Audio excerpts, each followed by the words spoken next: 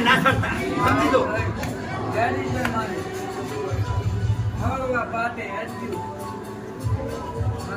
સિંકા હળવા જ રાખજો વધા પડશે તો પછી ગોયા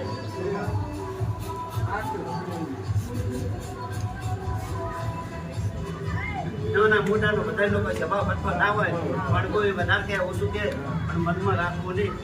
ભયથી ગગો કરાય ને ભગવાન તો છે આ કહું છું લલાભાઈ તારે લાલજીભાઈ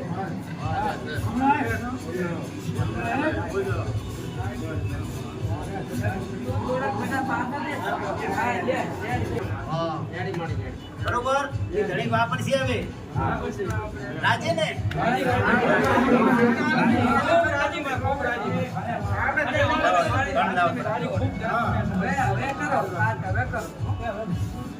બીજા